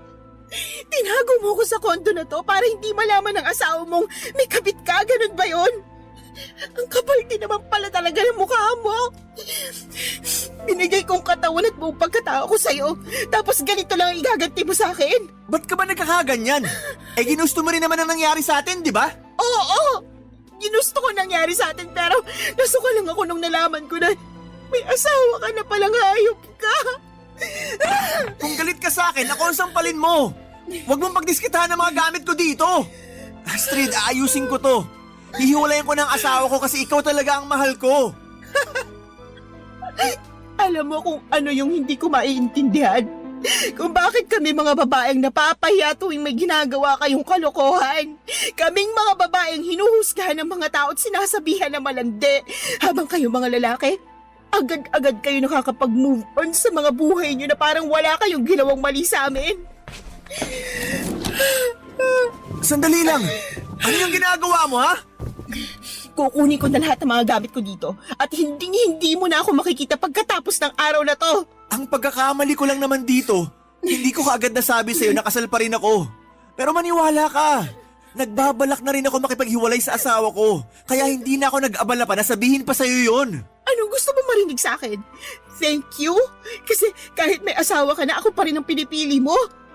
Di bali na lang. Wala kang pinagkaiba sa ex ko. Pareho kayong mga salot sa buhay ko. Mahal, wag mo naman ako pagsalitaan ng ganyan, oh. Alam kong maaayos pa natin to. Huwag ka munang umalis, please. Iwan mo nga ako, aalis na ako. Nagre-resign na ako bilang girlfriend mo. Hindi ko po talaga alam, Papa Dudut, kung ano ang nagawa kong mali para parusahan ako ng ganito ng tadhana. Ang tanging gusto ko lang naman sa buhay ay ang mahalin ng totoo at wagas. Pero bakit parang palaging pinagkakait sa akin ang pagkakataon na yon? Bakit palagi na lamang akong napupunta sa maling tao? Muli na naman akong nalugmok noong naghiwalay kami ni Justin. Pero ang mas masakit, Papa Dudut, ay doble na ngayon ang bigat na nararamdaman ko. Mas masakit yung hiwalayan namin ni Justin kesa doon sa hiwalayan namin ni Dale. Kasi si Justin ang taong nagpaniwala sa akin na posible pala ang forever. Siya ang nagpakita sa akin na hindi lahat ng lalaki ay manloloko, sinungaling o mapanakit. Sa kanya ko muling naramdaman ang kilig, ang halaga ko bilang babae at ang posibilidad na pwede pala akong mahalin ng totoo. Pero maling-mali ako. Lahat pala yon ay isang malaking kasinungalingan lamang. At dahil sa hiwalayan namin ni Justin ay halos hindi na ako makakilos ng maayos. At hindi na rin ako makapagtrabaho ng maayos. Palagi akong tulala at wala sa sarili. Umabot pa sa puntong nangihiram na ako ng pera sa pinsan ko para lamang may pambili ako ng alak. Para lamang makalimot sa sakit na dinulot sa akin ni Justin. Aaminin ko po, oo, medyo malandi po talaga ako. Madali akong kiligin, madaling mabola, at madalas akong nahuhulog sa mga matatamis na salita. Pero hindi ko po pinangarap na maging isang kabit. Isa yan sa mga pinakaayaw ko, yung mapasok sa isang relasyon na may sabit. Gusto ko ng malinis, tapat at totoong pakikipagrelasyon. Pero ang nakakatawa ay yung mga tipo na lalaki na kinakasuklaman ko ay sila pa ang paulit-ulit na dumarating sa buhay ko. Minsan ay napapaisip ako, baka ako rin ang may kasalanan. Baka ako rin ang dahilan kung bakit ako nasasaktan ng ganito katindi. Kasi aminado ako na mabilis akong mahulog sa patibong ng mga lalaki. Marupok ako at galit na galit din ako sa sarili ko tuwing sumasagi sa isipan ko na hinayaan ko na namang masaktan ako ng maling tao. Napakasakit ng lahat ng nangyari sa buhay ko, Papa Dudut. Barangay Love Stories. Barangay Love Stories. Tuluyan na po ako talagang nawala ng trabaho sa bar, Papa Dudut. Dahil sa sobrang bigat ng pinagdadaanan ko, ay hindi ko na kinayang pumasok at parang wala na akong ganang gumalaw. Dahil depressed na talaga ako noong mga panahong yon. Pero ang mas mabigat pa sa lahat ay unti-unti kong nararamdaman na may kakaiba nang nangyayari sa katawan ko. Madalas akong nasusuka, nahihilo at bigla na lamang akong nagkakaroon ng cravings nang wala sa oras. Dahil sa mga nararamdaman ko ay napilitan akong bumili ng pregnancy test. Kinabahan ako habang hinihintay ko ang resulta at paglabas ng 2 guhit ay parang natulala ako. Napag-alaman ko na buntis ako at sigurado ako na si Justin ang ama ng dinadala ko. Sobra po akong natakot ng time na yon at paulit-ulit kong tinawagan ang number ni Justin. Pero hindi na siya sumasagot. Ramdam ko na mga panahon na yon na iniiwasan na niya ako. Siguro'y abala na siya sa tunay niyang pamilya kasama ang asawa at anak niya. Habang ako ay eto at nag-iisip kung papaano ko bubuhayin ang batang dinadala ko. Hindi ko alam kung saan ako magsisimula. Wala na akong trabaho, wala akong ipon at masakit mang isipin, wala na rin akong boyfriend na tutulong sa akin. Pero kahit na ganoon ay ni minsan ay hindi ko naisip na ipalaglag ang anak ko. Kasi alam kong wala siyang kasalanan. Ako ang nagkamali at hindi ko ipapasa sa sarili kong anak ang bigat ng pagkakamaling yon. Alam ko rin sa sarili ko na kung pipilitin kong ipalaglag ang batang ito, habang buhay akong kakainin ang konsensya ko. Mabuti na lamang talaga at nandyan ang pinsan ko, Papa Dudut. Siyang tumulong sa akin noong nawalan ako ng trabaho at nung nalaman ko na buntis ako. At biglang pasasalamat ay ginagawa ko ang lahat ng kaya kong gawin. Ako po ang nag-aasikaso ng bahay, naglilinis, naglalaba at nagluluto. Sobrang bait talaga ng pinsan ko na yon at hindi ko alam kung anong klaseng milagro ang ginawa ko para tulungan niya ako ng sobra-sobra. Pero isang araw habang akala ko'y unti-unti na ako nakakabangon ay bigla akong nakatanggap ng tawag mula sa isang unknown number. At pagsagot ko sa tawag na yon ay isang boses ang narinig ko. Isang boses na muli na namang babago sa takbo ng buhay ko, Papa Dudut.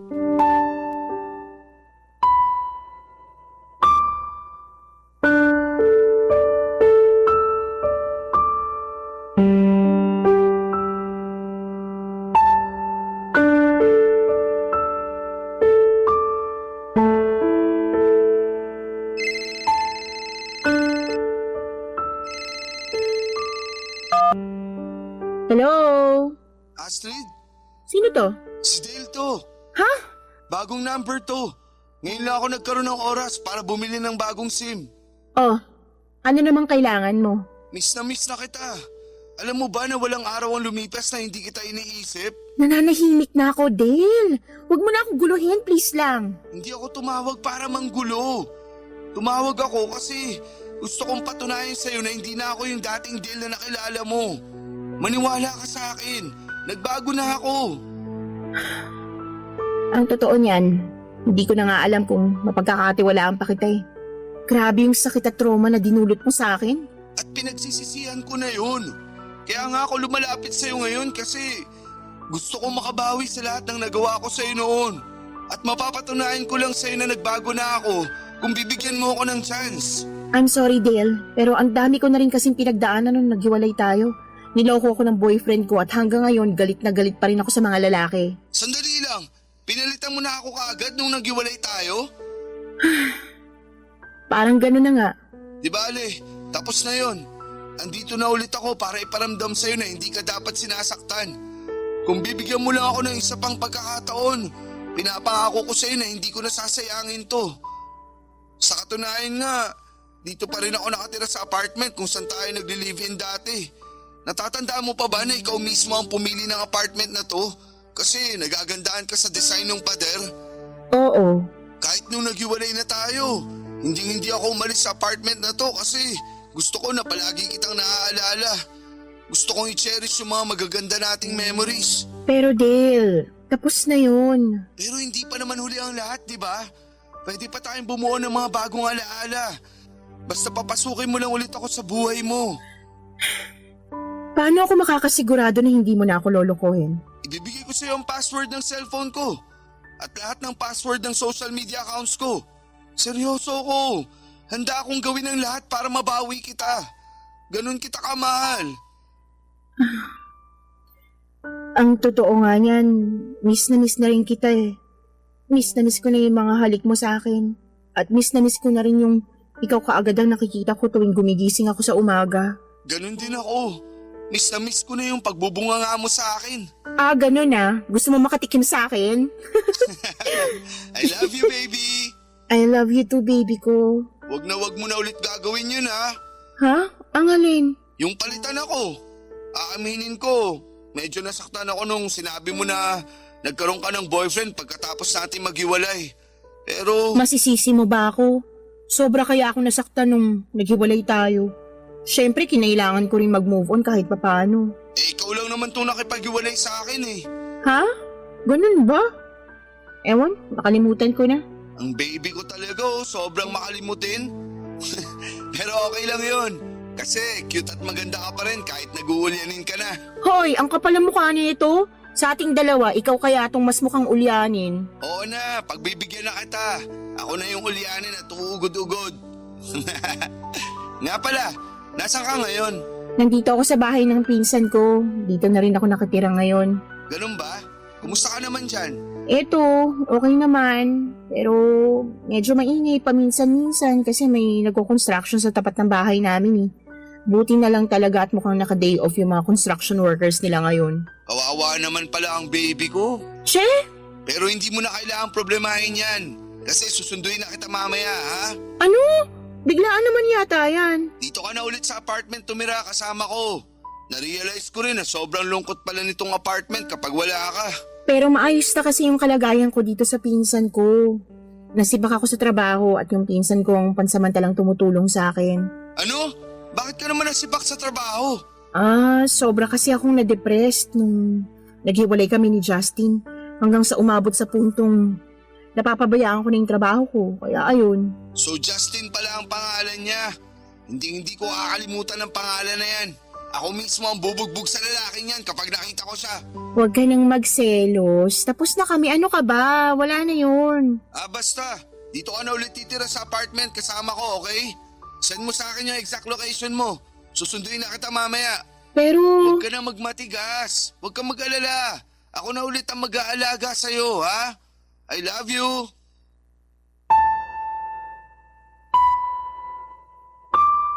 Nahulog na naman ako sa patibong ni Dale Papadudot. Bumalik lahat ng pagmamahal na nararamdaman ko para sa kanya. At bago ko pa namalayan, nagkabalikan na nga kami ng tuluyan. Alam kong marami sa mga kabarangay ninyo ang mapapailing sa desisyon ko na yon. Pero totoo talaga na kapag nagmamahal ka, parang nawawala ka sa tamang isipan paminsan-minsan. Kahit alam mong nasaktan ka na, umaasa ka pa rin na baka may pag-asa pa na magbago ang lahat. Pero kahit papaano ay nagbago din naman si Dale. Mas naging sweet siya, mas maalaga at parang mas pinapakita niya na seryoso talaga siya sa relasyon namin. Dahil doon ay mas lalo lamang akong na-in love sa kanya. Sabi nga nila, love is sweeter the second time around. At yun yung paniniwala ko noong mga panahong yon. Nag-decide kaming magsama o mag-live-in ulit sa apartment at dahil doon ay parang bumalik ulit yung closeness namin noon. Madalas kaming magkulitan, maglambingan at syempre hindi rin nawawala yung sexy time namin bilang magkasintahan. Pero habang tumatagal ay hindi ko rin maiwasang lamunin ang sarili kong konsensya. May tinatago kasi ako kay Dale, isang malaking bagay na alam kong pwedeng ikasira ng lahat. Hanggang ngayon ay hindi pa alam ni Dale na buntis ako. Si Justin ang ama ng batang dinadala ko. Papadudot araw-araw ko nininervyos ng panahon na yon. Iniisip ko kung kailan nga ba ang tamang panahon para sabihin ko kay Dale ang katotohanan. Natatakot ako na baka hindi niya matanggap ang pagbubuntis ko at baka layuan na niya ako ng tuluyan. Pero kinalaunan ay naglakas loob na rin po akong sabihin kay Dale ang katotohanan. Noong sinabi ko na kay Dale ang totoo ay bigla siyang nagbago, Papadudot. Para bang bumalik yung dati niyang ugali. Yung mainitin ang ulo at wala sa sarili. Nagwala siya dahil hindi niya matanggap na may dinadala akong anak na ibang lalaki ang ama. Sobra yung naramdaman kong takot noon kasi pakiramdam ko ay babalik na naman kami sa madilim na parte ng relasyon namin. Ang sabi na lamang niya sa akin ay gusto niya daw munang mapag-isa at bibili na lamang daw muna siya ng alak sa tindahan. Bumalik si Dale sa bahay na may daladalang isang kahon ng beer. Doon siya pumwesto sa labas ng apartment at uminom ng mag-isa. Sobra akong nalungkot sa sitwasyon at pumasok na lamang ako sa kwarto namin at nagtulog-tulugan na lamang ako. Kasi ayaw ko na rin kausapin si Dale sa takot na baka sigawan niya lamang ako. Makalipas nga ang ilang oras, noong akala ni Dale na tulog na ako ay narinig ko siya na may kinakausap sa cellphone. Natakot ako kasi baka nang bababae na naman siya. Pero Papadudot, mas lalong nayanig ang mundo ko nung palihim akong lumapit sa pintuan para pakinggan kung sino ang kinakausap ni Dale at doon ko mismo natuklasan ang isang bagay na sumira sa ilusyon ko, Papadudot.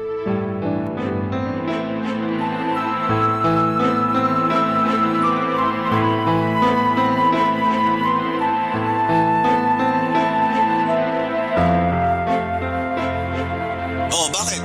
Buntis si Astrid! Sige na, kailangan ko nang umalis. Hello? Hello? Dale! Sino yung kausap mo? Astrid, akala ko ba tulog ka na? Kanina ka pa ba dyan? Bumalik ka na nga lang sa loob. Isara mo na yung pintuan. Pabayaan mo na muna ako dito sa labas. Kita mo naman na umiinom yung tao, oh. Sagutin mo yung tanong ko. Sino yung kausap mo? Akin na yung cellphone mo. Tumigil ka! Akin na yan! Ano ba ha? Number 2 ni Justin ah.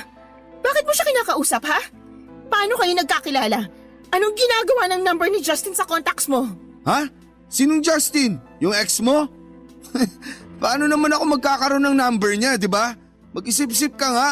Huwag mo akong gawing tanga, Dale. Kabisado ko yung number ni Justin kasi araw-araw niya akong tinatawagan nung kami pa. Ngayon, umamin ka. Ba't mo kausap si Justin? At bakit mo kinukwento sa kanya yung pagbubuntis ko? Huwag kang mag-imbento dyan. Wala akong alam sa sinasabi mo. Talaga lang ah. Tingnan natin. Uy, anong gagawin mo? Ako mismo tatawag kay Justin gamit tong cellphone mo. Akin na yan! Balik mo na sa akin yung cellphone ko! Lumayo ka sa akin. Kung di babasagin ko to, kilala mo ko at alam mo kung ano kaya kong gawin. Tol! Tigilan mo nang kakatawag sa akin! Hindi ko paninindigan na pinagbubuntis ni Astrid. At isa pa, nagawa ko na yung pinagkasunduan natin. Hanggang doon na lang yun. Walang iya ka! Astrid! Ano pinagkasundoan niyo ni Dale ha? Magpaliwanag kang hayop ka! Hello? Hello? Cellphone ko! Alam mo ba kung magkano yung bili ko sa cellphone na yon, ha? Mas mahal pa yung sa buhay mo. Tapos sisirain mo lang? Gusto mo talagang malaman yung totoo, ha? Kababata ko si Justin at inutusan ko siya na bantayan at bakuran ka nung naghiwalay tayo kapalit ng pera. So ano, masaya ka na? Napakawalang iya mo! Ginawa mo akong boba! Sana hindi na lang kita nakilala eh. Sa lahat ng ginawa mo sa akin, Dale, ito yung hindi ko na mapapalampas. Kasalanan mo rin naman to eh. Kung hindi mo sana ako iniwalayan, hindi na sana nangyari ang lahat ng to. Wala kang karapatan para paglaruan ako ng ganito. Makinig ka sa akin, Astrid. Kung hindi ka rin naman mapupunta sa akin, mas mabuti nang walang ibang lalaki ang makakakuha sa'yo. Naiintindihan mo? Hindi mo ko pagmamayari. Kaya ako lang naman nagawa ang lahat ng yun kasi mahal na mahal kita. So anong love language mo? Yung saktan ako ng paulit-ulit? Ang tanging pagkakamali lang naman dito ay yung nabuntis ka ni Justin. Pero huwag kang mag-alala kasi ibibigay ko sa kanya ang bata pagkatapos mong mga anak at magbabagong buhay tayo. Naiintindihan mo? Isang malaking pagkakamali ang bata na yan. Ano? Ayoko! Hindi ko pinamimigay ang anak ko at kayang-kaya kong buhayin ang anak ko na mag-isa. Kung may pagkakamali man dito, yun ay ang tiwala at pagmamahal na binigay ko sa'yo. Hindi ba't sa akin ka nakaasa ngayon? Paano mo palalakihin ang bata na yan ang mag-isa? Kung sa sarili mo pa lang hirap na hirap ka na. Wala akong kailangan patunayan sa'yo kasi tinatapos ko ng anumang ugnayan na meron tayo. Tinatapos ko ng walang kwentang relasyon na to. Hindi ka aalis, Astrid. Dito ka lang. Hindi na ako makakapayag na hiwalayin mo pa ako uli. Kulang pa ba yung sakit at traumang dinulot mo sa akin? Ano? Hindi ka ba titigil hanggat hindi mo ako napapatay? Ikaw lang naman kasi ang nagpapakomplika sa mga bagay-bagay. Patawarin mo na kasi ako para matapos na tong gulong to. Gusto mo patawarin kita? Hindi ka nga humihingi ng tawad eh. Ang taas din naman kasi ng pride mo. Dapat nga magpasalamat ka pa at binalikan pa kitang babae ka. Alam mo ba na ang daming babae nagkakandara pa sa akin? Kung makapagsalita ka, akala mo naman pinikot kita? Tapos na ako sa panggagaslight mo sa akin. Aaminin ko na awang-awa ako sa sarili ko dahil sa paulit-ulit mo akong pinagmumukhang tanga. Pero alam mo kung saan ako mas naaawa? Mas naaawa ako sa magiging jowa mo. Ipagdarasal ko na lang na sana hindi sila matulad sa akin. Ipagdarasal ko na lang na sana hindi sila mahulog sa bitag mo. Ipagdadasal ko na lang na sana magkaroon sila ng lakas ng loob na layuan ka habang maaga pa. At ipagdadasal ko na lang na sana mabulok ka na sa impyerno. Nagtapang-tapangan na lamang ako ng gabing yon pero ang totoo niyan, takot na takot talaga ako kay Dale noong araw na yon. Hindi na pagmamahal ang pinapakita niya sa akin kung hindi obsession na. Hindi ko inakala na aabot sa punto na pinababantayan niya pala ako kay Justin kasi natatakot siya na baka makuha ako ng ibang lalaki. Isang malaking kasinungalingan lang pala yung relasyon ko kay Justin at si Dale ang may pakana ng lahat ng ito. Papadudot sobrang bigat po talaga ng trauma na idinulot ng pangyayaring yon sa akin. Kaya noong araw na yon ay hindi na ako nagdalawang isip na lumaya sa apartment namin at dumiretso ako sa presinto para ipablatter siya, Papadudot. Pagkatapos kong makuha ang blatter report ay pinicturean ko ito at sinend ko kay Dale sa Facebook para malaman niya na hindi niya ako pwedeng lapitan kailanman. Dumiretso na rin po ako sa bahay ng pinsan ko pagkatapos noon at sa totoo lang ay hindi ko alam kung saan ako pupulutin kung wala siya. Sa lahat ng kagagahan ko ni minsan ay hindi ako hinusgahan ng pinsan ko na yon. Siya lang talaga ang umiintindi sa akin sa kabila ng mga naging desisyon ko sa buhay. At simula nang sinend ko kay Dale yung blatter report ay hindi na po siya nagparamdam. At mas naging tahimik na rin ang buhay ko. Pero hanggang ngayon ay dala-dala ko pa rin yung takot at trauma na iniwan ni Dale. At wala na rin po akong balita pa kay Justin. Tuluyan na lang siyang naglaho na parang bula. Ni hindi nga ako sigurado kung buhay pa yon. Ang tanging pinagtutuunan ko na lamang ng pansin ay ang pagbubuntis ko. Gusto kong paghandaan ng pagdating ng anak ko. Balang araw kapag naisilang ko na ang anak ko, maghahanap ako ng trabaho para makatulong sa mga gastusin sa bahay ng pinsan ko. Pero sa ngayon ay nagpapahinga muna ako at tumutulong na lamang ako sa mga gawaing bahay para may pakinabang din naman ako sa pinsan ko kahit papaano. Papadudot, hanggang dito na lamang po ang kwento ko at gusto ko lang pong sabihin sa mga kabarangay natin na sana'y huwag nating baliwalain ang mga senyales ng isang toxic na relasyon. Minsan kasi sa sobrang pagmamahal natin, iniisip na lang natin na normal lamang ang selos, sigawan at sobrang paghihigpit. Pero habang lumilipas ang araw ay hindi natin namamalayan na unti-unti na pala tayong nadidrain ito. Hindi selfish ang lumayo sa taong hindi na tayo kayang mahalin ng tama. Lahat tayo deserve yung pagmamahal na tahimik, totoo at hindi masakit sa pakiramdam. Yung pagmamahal na hindi kailangang ipaglaban araw-araw, kundi yung pagmamahal na kusa, buo at tunay na galing sa puso. Congratulations din nga po pala sa 1 million subscribers ninyo sa YouTube at maraming salamat po sa pagbibigay sa akin ng chance na maikwento ko sa inyo ang isa sa mga pinakamasakit na parte ng buhay ko. Ang inyong forever kapuso at kabarangay, Astrid.